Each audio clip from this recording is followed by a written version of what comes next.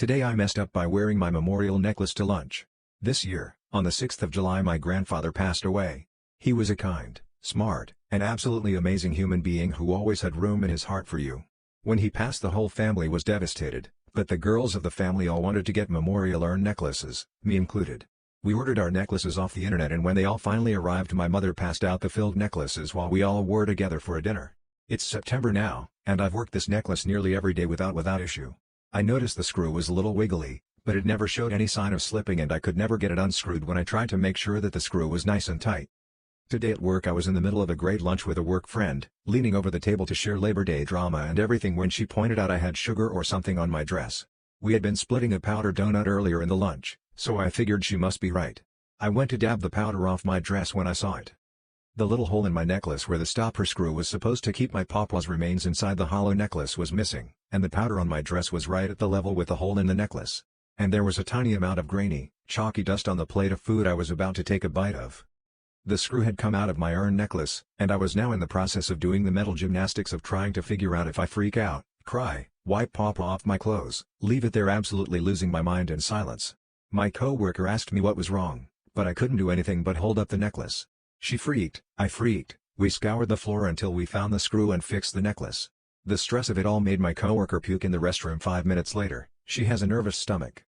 I now have to finish out my workday with the damp spot where there was previously the powdery residue of my beloved papa on my dress. Today I messed up by being with a guy way too long without asking him his name. I, 26F, met this really good-looking guy, M28, at an event 3 months ago, and we really liked each other. For the rest of the night we talked about the books we like, we talked about our families, etc., and there was a lot of connection. We ended the night with a kiss goodbye and got each other's socials. We told each other our names at first, but I have a huge problem with names because of my job. I meet 200 to 300 students every year. I think my mind has reached full capacity. I figured I could just see his name on his socials, but he has a nickname on his Instagram and just an emoji on his WhatsApp, so I couldn't learn. A few nights later we went out for drinks and I felt so embarrassed to ask his name since we kissed before too. We kept seeing each other until now, and it's been 3 months almost. We also slept together, and I think I'm starting to catch feelings also. I just don't know his name, and now it's been embarrassingly late to ask him.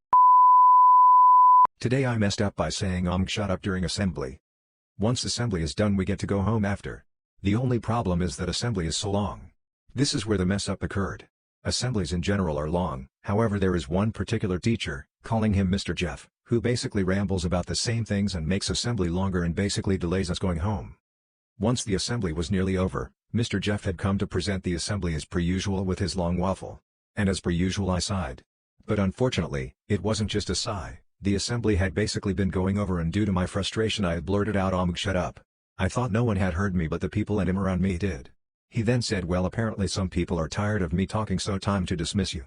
I had to stay back though, and he essentially questioned me on why I would say that and that he was only trying to be helpful. I just explained that his assemblies always talk about the same thing and how he always conveniently delays the time to leave or only decides to speak just before we are about to leave. My friends were agreeing with me but didn't say out loud. Today I messed up by trying a condom on for the first time to see if its lube would feel good. Growing up I always assumed condoms felt good. Later on, when I started making a ton of friends, my mom got me condoms randomly without discussion. Somehow she got the right size by sheer coincidence. One day I got bored and tried it on in private, but I couldn't get off at all. If anything, it was uncomfortable. I felt a tingle, but that was it. Wasn't fun at all.